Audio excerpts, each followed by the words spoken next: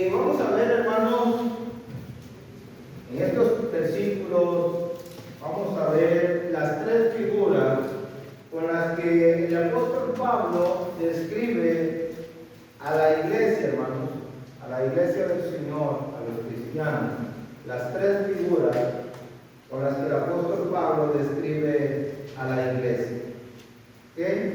Así va a ser nuestro tema, las tres figuras de la iglesia, hermano. Ya que lo tengan ahí, me avisan para que veamos esto. Efesios capítulo 2, versículo 19 al versículo 22. El 19 es muy conocido, está más familiarizado. A veces el 21, el 22, el 20, 21 y 22 es los que un poco leemos a veces. Bueno, ¿lo tienen buen? Leerlo comenzando en el 19, hermano, 2:19. Así que ya no sois extranjeros ni advenedizos, sino conciudadanos de los santos y miembros de la familia de Dios, edificados sobre el fundamento de los apóstoles y profetas, siendo la principal piedra del ángulo Jesucristo mismo, en quien todo el edificio ordinado va creciendo para ser un templo santo en el Señor, en quien vosotros también sois juntamente edificados para morada de Dios en el Espíritu. Muy bien. Las tres figuras que el apóstol Pablo presenta a la iglesia en Éfeso, hermanos. Y ya habló de la, hermanos, Pablo ha hablado de la, acaba de decir, del respecto a la redención, Efesios 2:1 hasta el 8, y ha hablado de la reconciliación, del versículo 11 en adelante, de cómo fue que fuimos reconciliados con Dios por medio de Cristo Jesús, y cómo, hermanos, ahora Pablo nos presenta ahora la obra edificadora, edificación, la obra edificadora. Ya fuimos redimidos, ya fuimos reconciliados y ya fuimos unificados uno en Cristo. Ahora vamos a ver la obra de edificación. Y hermanos, estos términos que Pablo usa, Pablo los va a aplicar exclusivamente en el punto espiritual. En el punto espiritual. No vamos a pensar en otra cosa más que en el sentido espiritual. Aunque son figuras que va a aplicar estrictamente al sentido espiritual. No vamos a pensar en cosas materiales, sino en cosas espirituales. Y la primera figura que Pablo presenta en el versículo 19, dos figuras que presenta el apóstol Pablo en el versículo 19. Dígame una de ellas. La primera figura.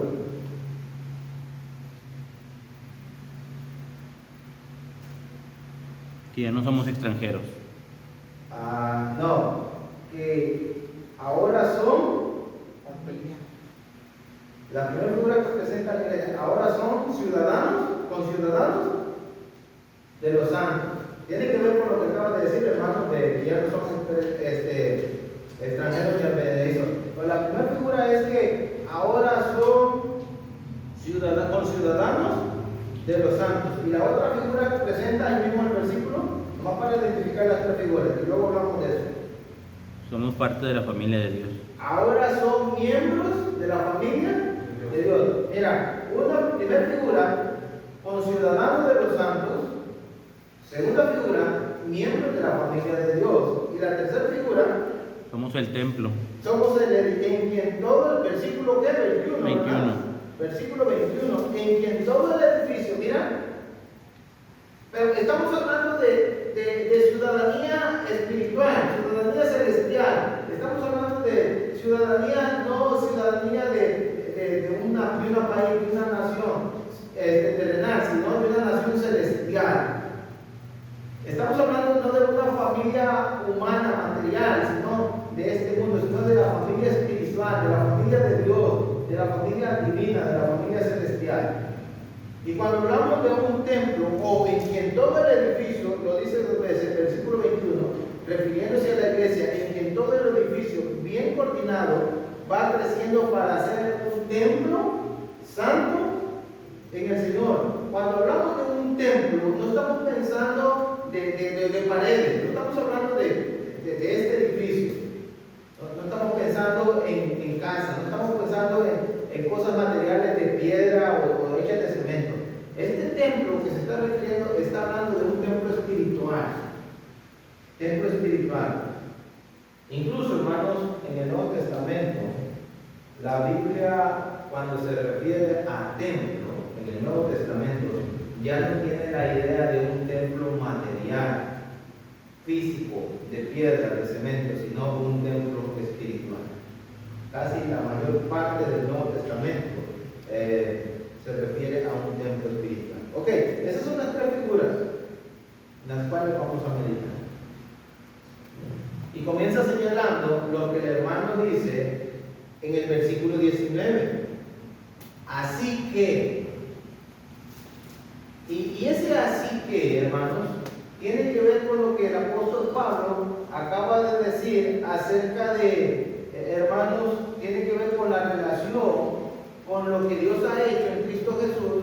Así que ya fuimos perdonados, así que ya fuimos resucitados, capítulo 2 y versículo 1, así que ya fuimos reconciliados, así que ya fuimos perdonados, así que ya somos uno en Cristo Jesús, del versículo 11 en adelante, así que ya no hay, hermanos, divisiones, así que ya que somos salvos, ya que somos redimidos, ya que somos justificados, así que ya somos perdonados, así que ya somos salvos, así que ya no somos extranjeros ni advenedizos.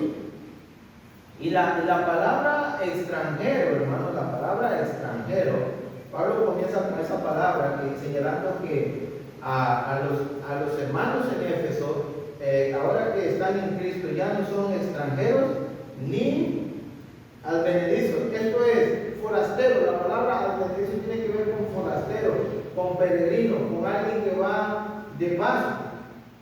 Entonces, quiere decir, hermanos, este punto es muy importante. Dije que íbamos a ver esto específicamente en lo espiritual. Israel era el pueblo de Dios. Israel era el único que tenía comunión y una relación con Dios. Espiritualmente era el único que tenía vida. Todos los demás gentiles, como dice el capítulo 2 y el versículo 11, acordaos que en otro tiempo, vosotros los gentiles, en cuanto a la carne, eran llamados incircuncisión, por la llamada incircuncisión hecha con mano en la carne. En aquel tiempo estaba sin Cristo, alejados de la ciudadanía de Israel y ajenos a los pactos de la promesa, sin esperanza y sin Dios en el mundo. El punto no era solamente que ellos estuvieran lejos, y no es que estaban, como quien dice, a una distancia muy larga. Habían pueblos que estaban cerca de Israel, pero al decir que estaban lejos, es que los pueblos gentiles, los que no eran del pueblo de Dios, estaban lejos de las promesas de Dios y estaban ajenos a los pactos de la promesa. Entonces, ellos, por eso Pablo dice que ya no son, antes fueron extranjeros y advenedizos. Una persona que va de paso nada más, así lo consideran, una persona que va de paso, un extranjero. ¿Cómo nosotros podemos entender esto? ¿Cómo lo podemos entender? Aunque vamos a poner un ejemplo de esta vida para poder entender la parte espiritual en las condiciones que estaban los gentiles. Todo el pueblo que no era del pueblo, toda la gente que no era del pueblo de Israel en las condiciones que estaban. Por ejemplo, pasamos al otro lado de ilegales, de mojados, por decir. ¿Qué somos? Unos extranjeros allá. Somos extranjeros. ¿Y cómo nos tratan? ¿Cómo nos tratan? ¿Cómo tratan a los extranjeros en Estados Unidos? Aún aquí a veces en México, yo he tenido muchas experiencias como extranjero. Está en una condición lamentable porque no goza de privilegios. Incluso en Estados Unidos muchas veces los mismos paisanos que ya son ciudadanos lo llevan a trabajar a uno, lo traen 2 semanas, una semana trabajando y al final de la semana le dicen no te voy a pagar, y hazle como quieras, y si dices algo te echo a migración. Entonces, estas dos palabras, extranjeros y advenedizos, describen la condición lamentable no físicamente, no materialmente, sino espiritualmente. Los gentiles estaban, hermanos, sin privilegios ni oportunidades y estaban sin amparo en esta vida. Sin privilegios, sin oportunidades, sin amparo, hablando espiritualmente.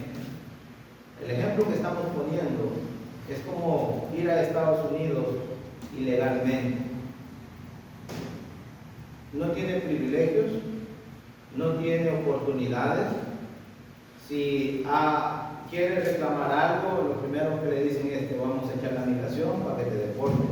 Y entonces lo tratan de alguna manera que, hermanos, despreciable. Y no hay quien lo defienda.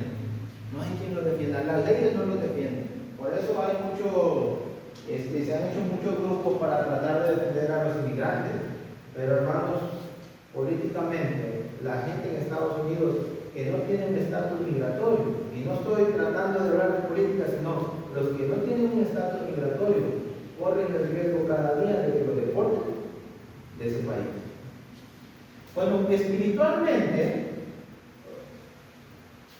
en condiciones similares, pero hablando de los gentiles, en una condición espiritual, los gentiles bajo el antiguo pacto, o el sistema de la ley antiguo de los judíos, fueron considerados como extranjeros y advenedizos, esto es forasteros, como diciéndole los judíos a los gentiles: ustedes no tienen ningún derecho, ningún privilegio con Dios.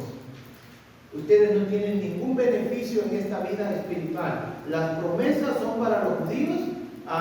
Nosotros gozamos de la comunión con Dios. Nosotros tenemos a Dios de nuestro lado. Y si usted lee, hermanos, el Antiguo Testamento, el Antiguo Pacto,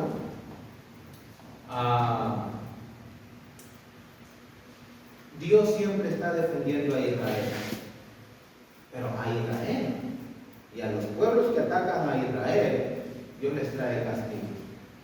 ¿Por qué? Porque Dios, hermanos, al único pueblo que consideraba como su pueblo era Israel. Entonces, los demás pueblos no tenían derecho. Piensen por un momento, hermanos, pensemos por un momento. Vivir en el tiempo del antiguo pacto, no tener derecho a escuchar la palabra de Dios, no tener derecho a las bendiciones de Dios, no tener derecho a las promesas de Dios, no tener el privilegio de ir al templo que construyeron para adorar a Dios. El único derecho era para los judíos. Entonces, espiritualmente, por eso Pablo los describe en el 2:1, sino como muertos. Existían, pero como si no existieran, hermano, espiritualmente. Bien, pensemos en nosotros en este tiempo, hermanos, que nosotros estuviéramos bajo el mismo antiguo pacto, donde solo Israel tuviera el derecho, el privilegio de tener relación con Dios. Tal vez usted y yo queriendo adorar a Dios, tal vez usted y yo buscando la manera de cómo implorar a Dios, de buscar ayuda a Dios, pero no teníamos la oportunidad, no tuviéramos la oportunidad. Qué triste, ¿verdad? Que no tuviéramos la oportunidad como la tenemos hoy. Como la tenemos hoy. En un sentido espiritual, Pablo le recuerda a los hermanos gentiles en Éfeso cuál era su condición antes de venir a Cristo. Pero no les está tanto como recordando, sino que les está diciendo: aquel tiempo ya pasó. Antes fueron peregrinos, antes fueron extranjeros, antes estaban hermanos sin privilegios y oportunidades. No había quien viera por ustedes, estaban sin amparo. Pero ese tiempo ya se acabó. Ya no son más extranjeros, ya no son más advenedizos. Pongamos un ejemplo, hermano, del punto material para entender el espiritual. ¿Cuánta gente ahorita en Estados Unidos está preocupada con el nuevo gobierno? ¿Sí o no? Porque tienen una residencia en camino, tienen su papelería ya adentro, vendida como dicen, pero no saben si les van a dar sus papeles. ¿Cuánta gente está que entró legalmente y perdió su visa, perdió su permiso y no saben qué va a suceder con ellos? Pero las cosas cambiarían si a ellos le dijeran, ¿saben qué? Ya no son inmigrantes, ya no son mojados, ahora son ciudadanos americanos. Fíjense qué alegría para ellos el saber que ahora van a ser conciudadanos de los americanos. Entonces, en un sentido material, en un sentido espiritual, en un sentido espiritual, Pablo le dice a los hermanos en Éfeso, parece que la congregación en Éfeso, hermanos, era una congregación mayormente gentil, parece ser. Queremos decir que a lo mejor habían judíos, pero mayormente eran gentiles, porque Pablo habla de extranjeros, de advenedizos. Acuérdense que en otro tiempo ustedes los gentiles. Entonces parece ser que la congregación era mayormente gentil. Años, hermanos. Quiero que piense usted y yo. Años los gentiles soñaron con tener una relación con Dios. Años. Ellos siempre quisieron adorar a Dios, pero no tenían la oportunidad. Pero ahora en Cristo, le dice Pablo, ya no son advenedizos, ya no son extranjeros, ahora son conciudadanos, ahora en el sacrificio de Cristo Jesús, ahora son conciudadanos de los santos. Sino, ya no son extranjeros ni advenedizos, sino conciudadanos de los santos. Entonces, hermanos, aquella condición espiritual había cambiado.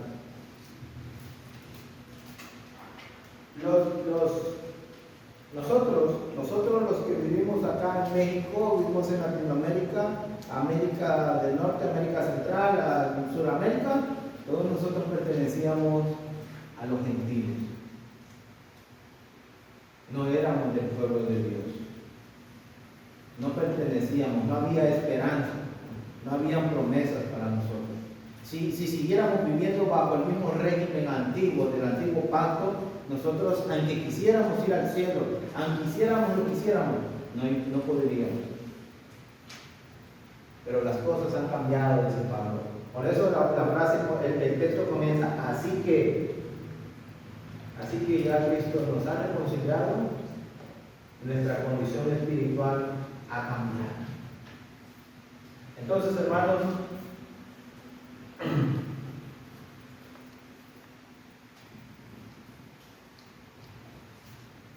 ahora vivimos en un nuevo pacto y ahora vivimos nosotros, hermanos, tenemos privilegios como cristianos. Ahora como cristianos tenemos oportunidades. Ahora como cristianos tenemos quien nos ampare, a quien ir cuando necesitamos socorro, cuando la situación es difícil. Cuando el escritor a los hebreos escribió ahí en el capítulo 10, dice que ahora podemos acercarnos a la presencia de Dios. Ahora podemos entrar a la presencia de Dios por el camino nuevo y vivo que nuestro Señor Jesucristo abrió a través de su muerte. Entonces, ahora tenemos acceso a la presencia de Dios. Antes no habían esas bendiciones, antes no habían esas oportunidades.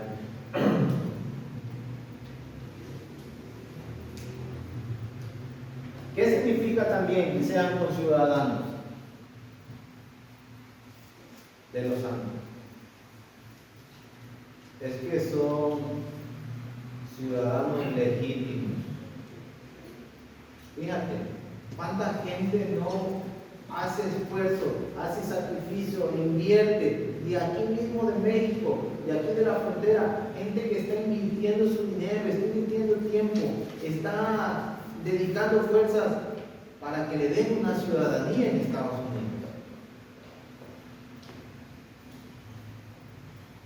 Pero no estamos hablando de ciudadanía de un país, sino ahora somos conciudadanos de los santos. En el capítulo 1,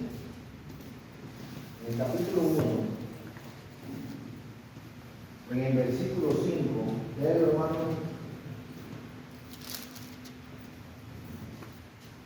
Capítulo 1, versículo 4, versículo 5. ¿Alguien que lo lea, por favor? Según nos escogió en él antes de la fundación del mundo, para que fuésemos santos y sin mancha delante de él, en amor, habiéndonos predestinado para ser adoptados hijos suyos por medio de Jesucristo, según el puro afecto de su voluntad. Ok, hermano. ¿Cuán difícil era en el tiempo antiguo para un gentil hacerse ciudadano del pueblo escogido de Dios? ¿Cuán difícil era? No era fácil. No muy fácil obtenía la ciudadanía. No muy fácil una persona venía a ser parte del pueblo escogido de Dios en el antiguo pacto. No muy fácil. Pero ahora en Cristo Jesús, dice Pablo a los Efesios, ahora en Cristo Jesús, somos conciudadanos de los santos.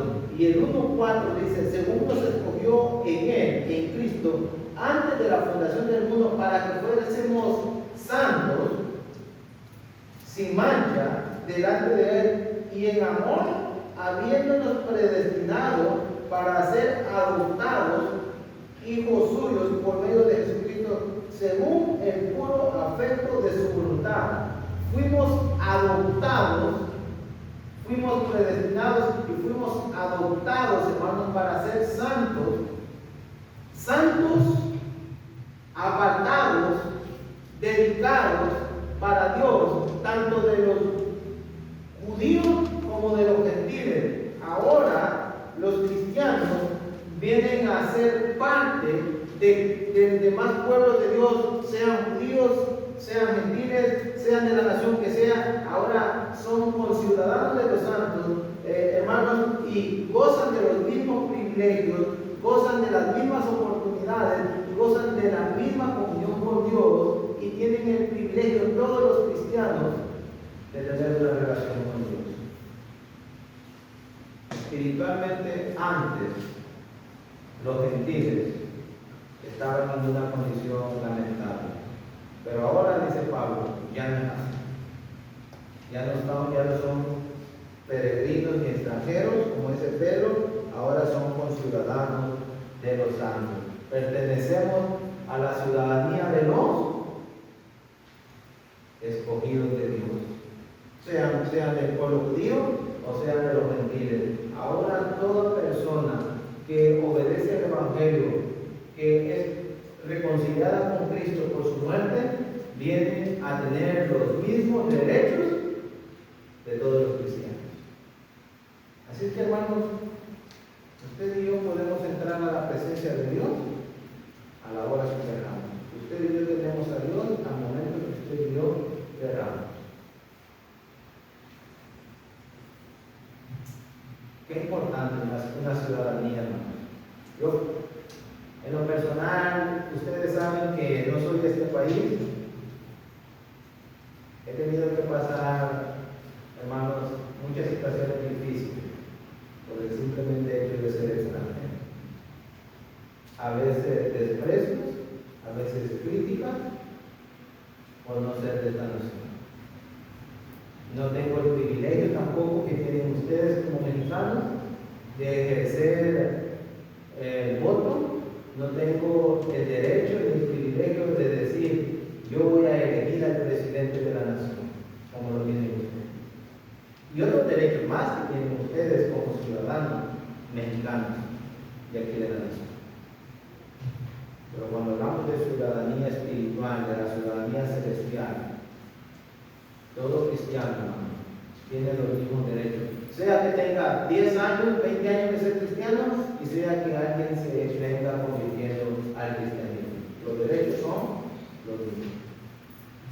Entonces, hermanos, esa es la primera figura, con ciudadanos de los santos. Pregunto, hermano, si pertenecemos a la misma ciudadanía, si tenemos los mismos derechos, ¿por qué tenemos que ser diferentes? ¿Verdad que no? Rubén tiene acceso a la comunión con Dios, la hermana Magallanes también, tiene los mismos privilegios como cristiana, quiere ir al cielo, tiene las mismas promesas, todos son iguales, hermano. No hay más, no hay menos. Es como, entonces, si todos somos conciudadanos de los santos, no nos podemos mirar unos de menos a los otros, o pensar que uno es más que los otros. Todos tenemos los mismos derechos y los mismos privilegios, mismas oportunidades. El otro que veamos, el otro punto, dice que somos miembros de la familia. Ahora Pablo deja la ciudadanía y ahora dice que somos miembros de la familia de Dios. ¿Qué significa, hermano? ¿Qué significa ser miembro de una familia? Cuando ustedes piensan en el nacimiento de un niño en una familia, ¿qué piensan ustedes?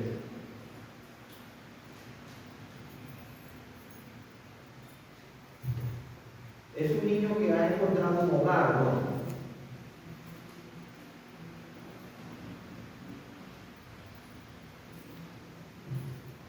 ¿Cómo se llaman los miembros de una familia? Los hijos de un mismo papá y de una misma mamá.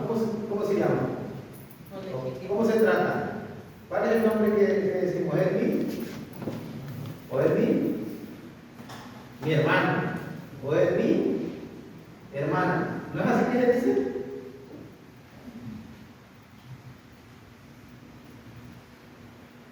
Yo sé que lo hay algunos que le desean mal a sus hermanos, porque los hay. Algunos que envidian a sus hermanos malamente. Algunos que maltratan a sus hermanos. Pero por naturaleza, la mayoría, cuando hablamos de hermanos, nos ofende, nos molesta cuando alguien habla mal de mi hermano. A veces hasta que mi hermano tenga la culpa, me molesta. Porque hablamos de una relación, hermanos, de una relación estrecha. Hablamos de una relación íntima entre hermanos. Está hablando de la familia que tenemos como hermanos. Entonces, Pablo presenta a la iglesia como miembros de la familia de Dios. Pertenecemos a la familia de Dios por haber sido, según el versículo 5, el 1:5 dijimos que fuimos.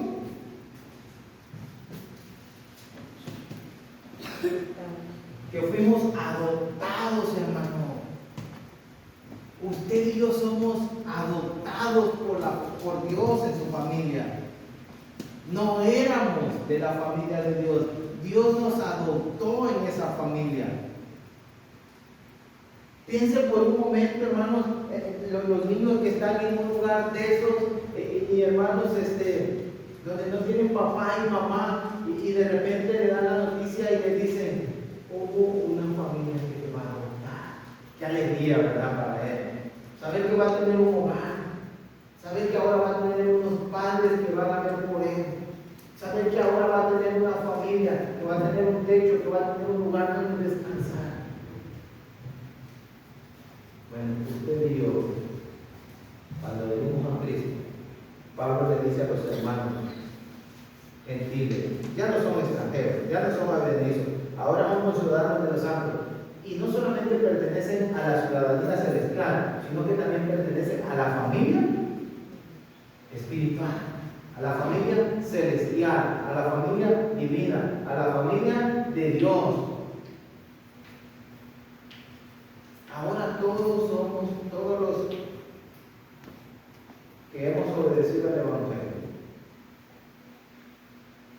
Venimos, hermanos, a ser parte de la familia de Dios, miembros de la familia de Dios. Hablando de privilegios, ¿quién tiene más privilegios en esta familia? En la iglesia. Nadie, ¿verdad? Todos somos hermanos y todos tenemos los mismos privilegios, ¿sí o no? El que uno predique aquí y uno estudie un poco la Biblia, eso no quiere decir que tenga más privilegios que ustedes, ¿o sí? ¿O pagó más el Señor por mí que por ustedes? Tampoco. Tenemos los mismos privilegios, pero también como familia, como miembros de esa familia, tenemos las mismas responsabilidades. Es que, no, la responsabilidad y los privilegios dentro de la familia son los mismos para todos. Pablo le dice a los hermanos, ya no son extranjeros, ya no son forasteros, ahora son conciudadanos de los santos, pertenecen a la ciudad celestial, ahora pertenecen a la familia de Dios, a la familia espiritual, a la familia celestial. Miembros de la familia con igual privilegios como hermanos en Cristo. Y tiene que ver, ¿verdad? Tiene la idea de ser una familia, habla de un amor, ¿no? Entre unos y otros, entre la ayuda mutua, ¿no? Jorge, tú tienes un hermano, nada más tienes un hermano. ¿Cómo te gustaría ver a Néstor tú materialmente hablando? ¿Te gustaría verlo mal? No. ¿Verdad que no? ¿Quién más tiene hermanos? Dani, ¿tienes hermanos? ¿Cómo te gustaría ver a tus hermanos? Materialmente. ¿Prosperando o yéndose para abajo? No, prosperando. ¿Te gustaría verlos enfermos? No. Yo creo que de los que estamos aquí, yo creo que nadie puede decir, a mí me gustaría ver a mi hermano mal, en condiciones en la ruina. Y hermano, y a veces no estamos hasta dispuestos a ayudarlos. Y a veces sabemos que no se portan bien y oye, préstame algo, y le prestamos y le damos, hablando materialmente. Y esa es la familia de aquí, de la tierra, hermano. Pero Pablo dice que ahora que venimos a Cristo Jesús, ahora somos miembros de la familia de Dios.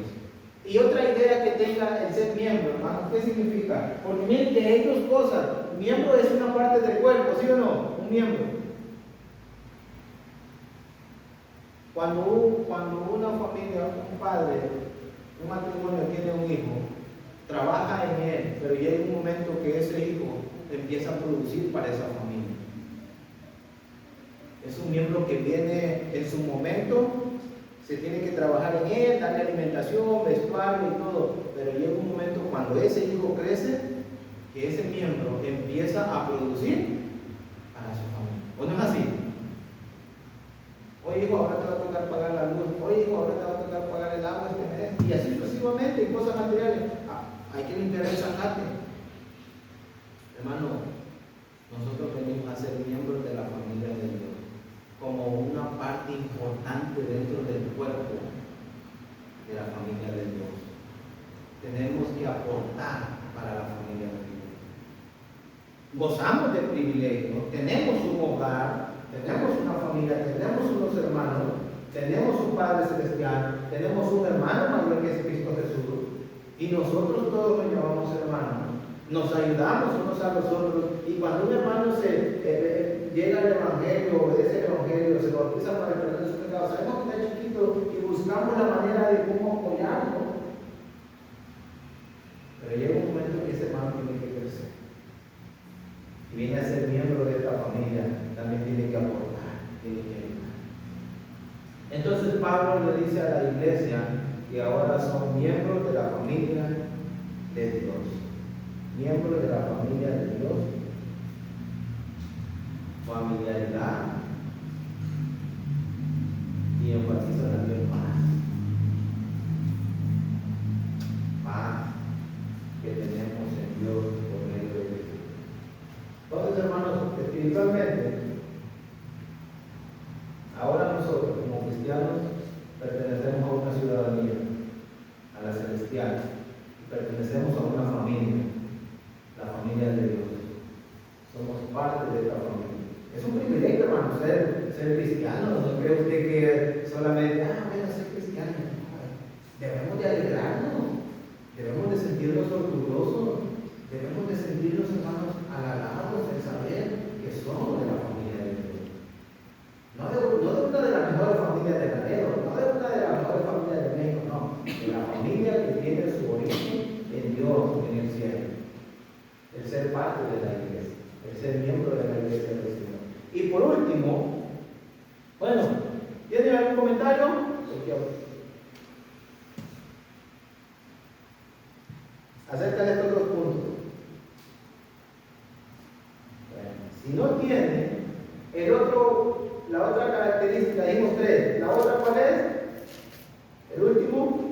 Que somos casa de Dios. Somos el templo. Somos el templo. La figura de una edificación. Versículo 20. Edificado sobre el fundamento de los apóstoles y profetas, siendo la principal piedra del ángulo Jesucristo mismo. Ahora Pablo pasa, hermanos, yo quiero que usted se vaya meditando a su casa en estas 3 figuras. Pablo pasa de una figura de ciudadanía, con los derechos y privilegios, ahora, y pasa de la figura de la familia, de la tranquilidad, de la paz, del gozo, de la comunión de unos con otros, ahora pasa a la construcción, a la figura de la construcción. Y Pablo presenta la figura de un templo, de una casa, de un edificio. Y mire cómo comienza: edificado sobre el fundamento de los apóstoles y profetas, siendo la principal piedra del ángulo Jesucristo mismo.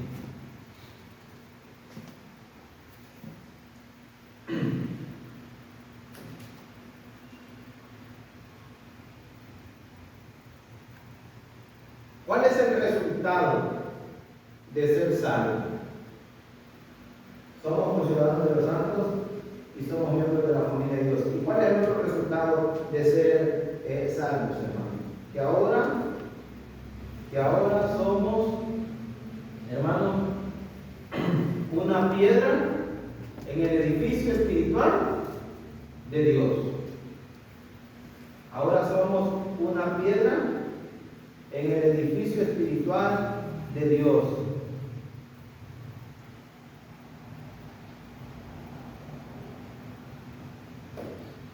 Dice que edificado sobre el fundamento de los apóstoles y profetas, las enseñanzas, las bases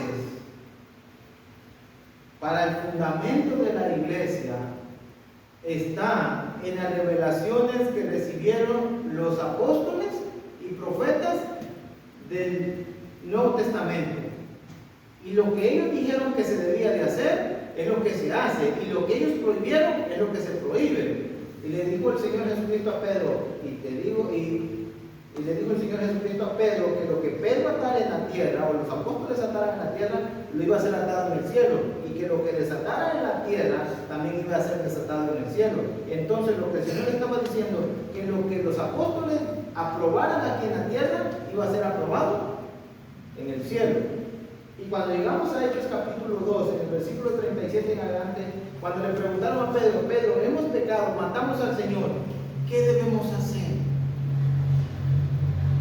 Pedro dijo: arrepentíos y bautícese cada uno de vosotros en el nombre de Jesucristo para el perdón de sus pecados, y recibiréis el don del Espíritu Santo. Y esa es la enseñanza, hermanos, en la actualidad. Pedro así lo dijo y Dios así lo aprobó ahí en el cielo. Esa es la manera como una persona es perdonada de sus pecados. Entonces, bajo las enseñanzas de los apóstoles y profetas está fundada la iglesia. Pero hay algo más. Según el versículo 2, dice: edificado sobre el fundamento de los apóstoles. O sea, la iglesia está fundada sobre la enseñanza de los apóstoles y profetas, pero siendo la principal piedra del ángulo, ¿quién?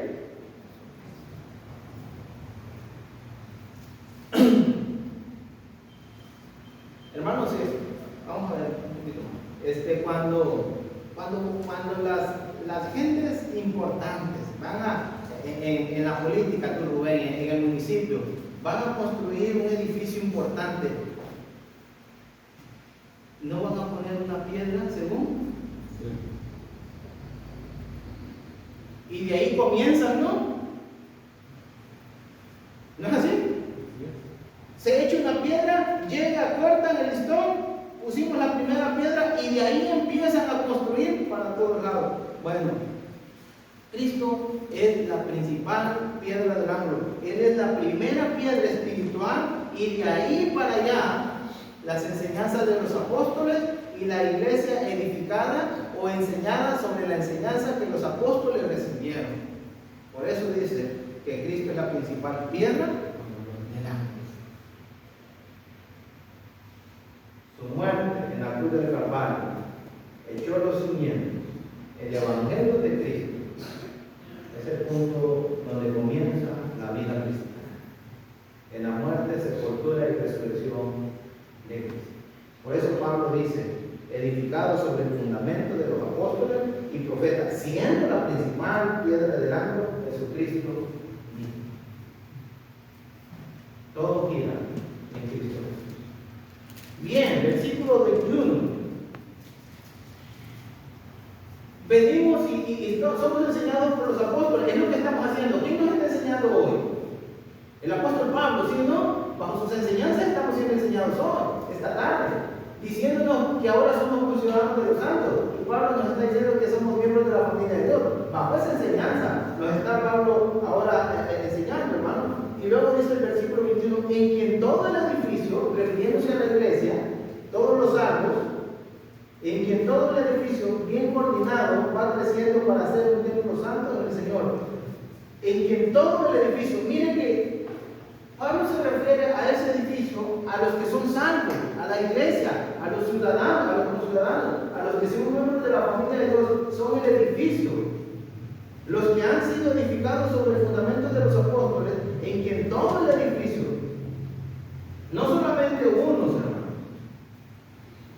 todos los creyentes en Cristo Jesús son todo el edificio. En todo el edificio va bien que, Rubén dice, en que todo el edificio, ¿cómo dice? Bien coordinado. Rubén, tú eres albañil, lo tengo que ver de cerca. Y tú, Jorge, y todos nosotros sabemos, ¿cómo van los bloques en las paredes?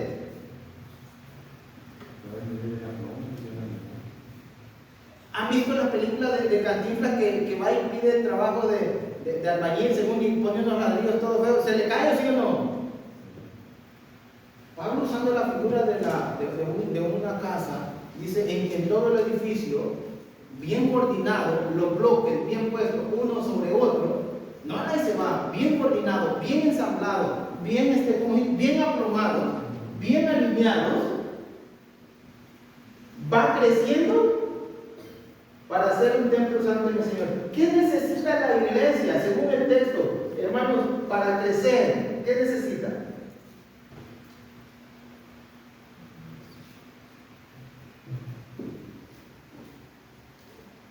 Estar bien coordinado. Bien ensamblado, bien organizado. ¿Pero quién? ¿Unos pocos? Porque cada uno de nosotros venimos a hacer un blog, como en la pared.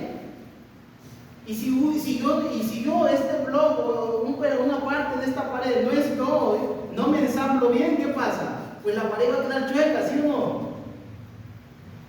Para que la iglesia crezca, para que la iglesia sea edificada y vaya creciendo, necesitamos todos alinearnos bien alineaditos, de acuerdo a las enseñanzas de los santos apóstoles y profetas. Entonces, hermanos,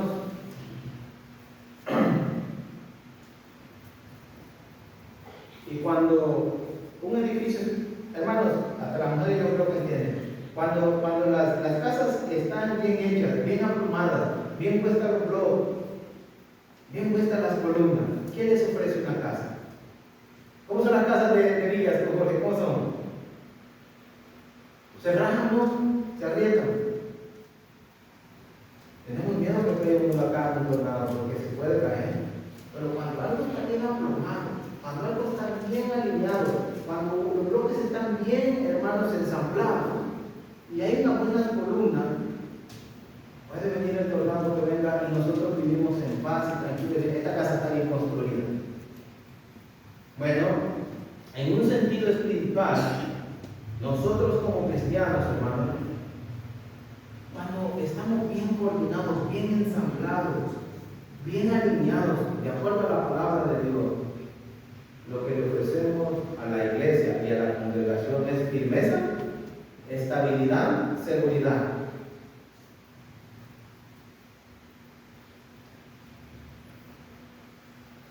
Si la iglesia en reserva se coordina bien, si la iglesia en reserva se organiza bien, es seguro que la iglesia en reserva va a permanecer, la congregación de reserva, porque va a estar una iglesia fuerte, firme y estable. No la va a mover cualquier huracán, no la va a mover cualquier viento de doctrina, como diría Pablo a los mismos Efesios. Entonces, hermanos,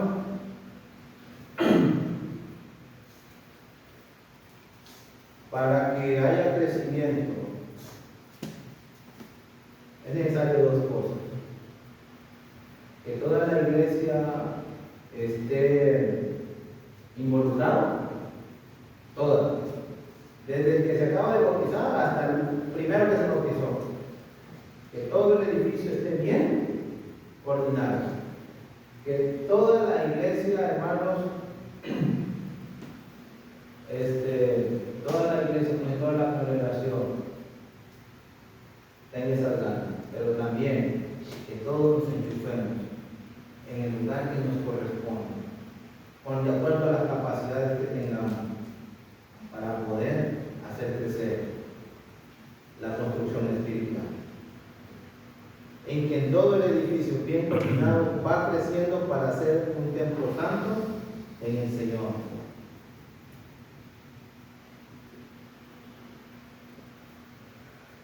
Entonces, una iglesia bien organizada, bien alineada, es una iglesia, hermanos, que no va a estar débil, no la va a tomar cualquier problema o cualquier necesidad.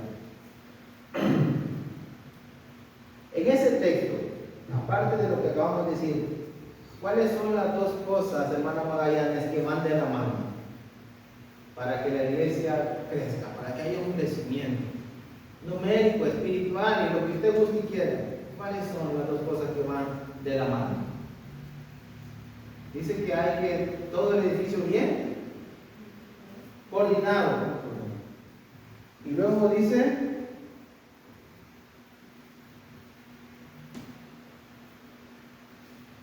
¿podrá haber crecimiento si no hay unidad?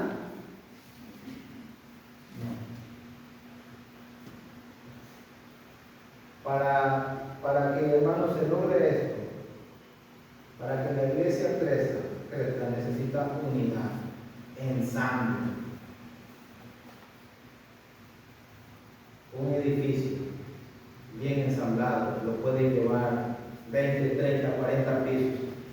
Un edificio bien cimentado, bien alineado, bien aprobado. Pero una casa chiquita, mal hecha, se cae. Entonces, el crecimiento va de la mano de la unidad. Para que haya crecimiento, se necesita unidad en la iglesia. ¿No fue lo que dijo el Señor Jesucristo, que un reino dividido será destruido, no? Hermanos, supongamos estas paredes no tienen columnas, nomás está esa pared sin esa columna y está la otra pared y está el otro en medio. ¿Qué es lo que va a suceder con las paredes? Se van a caer. Una iglesia dividida se cae. Una familia, hermano, una familia natural de esta tierra, una familia donde son 7 hermanos y un papá y una mamá dividida, esa familia la va a ver bien difícil. Entonces, hermanos, la unidad y el crecimiento de la iglesia van de la mano. Queremos crecer,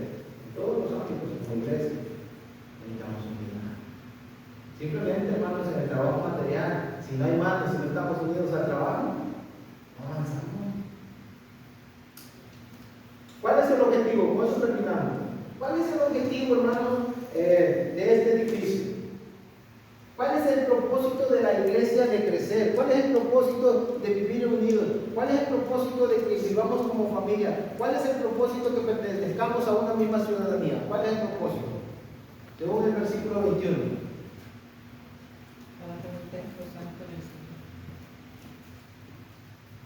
Versículo 21. Para hacer un templo santo Bien coordinado.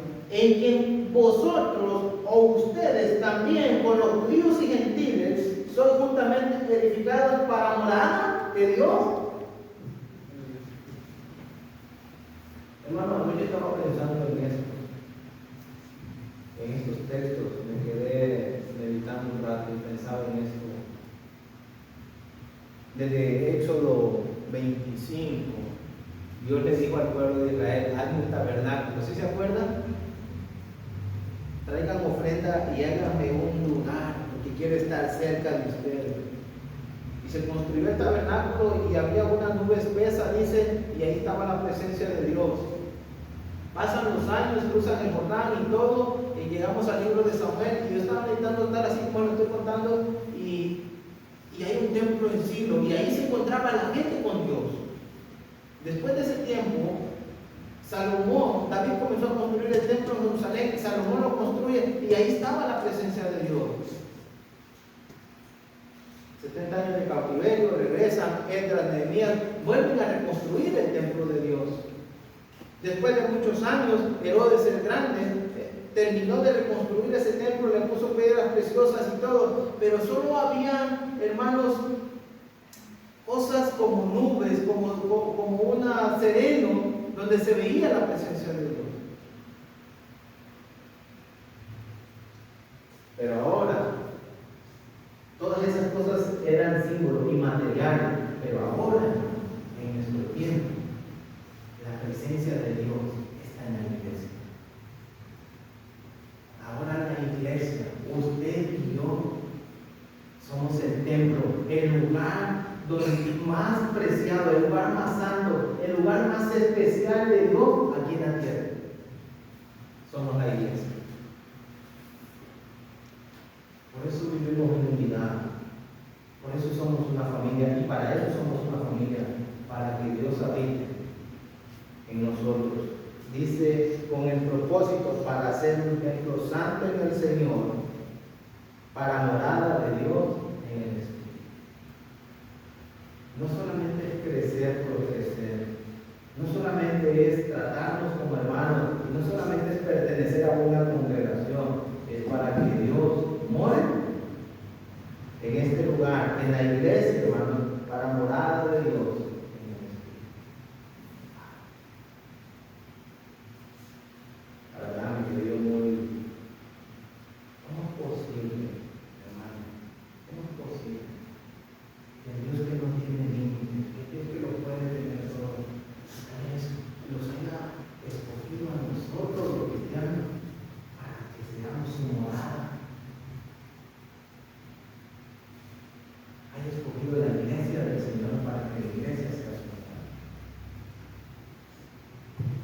¿No cree que es sorprendente lo que estamos diciendo?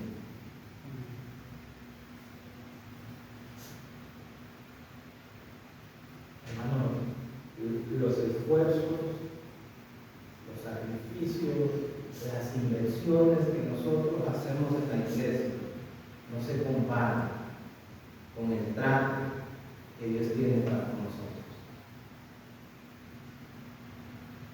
Nos adoptó en su familia, nos hizo ciudadanos de su nación celestial. Un día estaremos con los ángeles en la eternidad. Y ahora nos hace su casa, su morada. Él quiere estar con nosotros. Él quiere vivir con nosotros.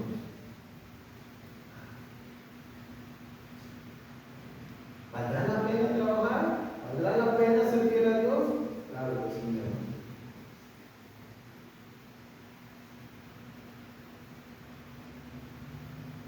La iglesia es la máxima expresión de la gloria de Dios aquí en la tierra.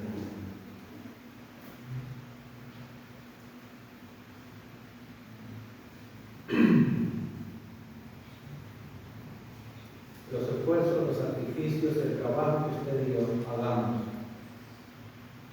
tienen una gran recompensa. Ya Dios nos ha bendecido siendo sus hijos. Y nos va a bendecir más el día que Cristo venga por su iglesia y la lleve de eternidad para estar con Dios para siempre. El tabernáculo de Dios, dice Apocalipsis 21:3, que es la iglesia que estará con Dios en el cielo. ¿Qué podemos decir más de la iglesia? ¿Qué más podemos desear? Si tenemos una ciudadanía, si tenemos una familia celestial y Dios nos ha escogido como el lugar especial donde habitar en este mundo. Amén. Amén.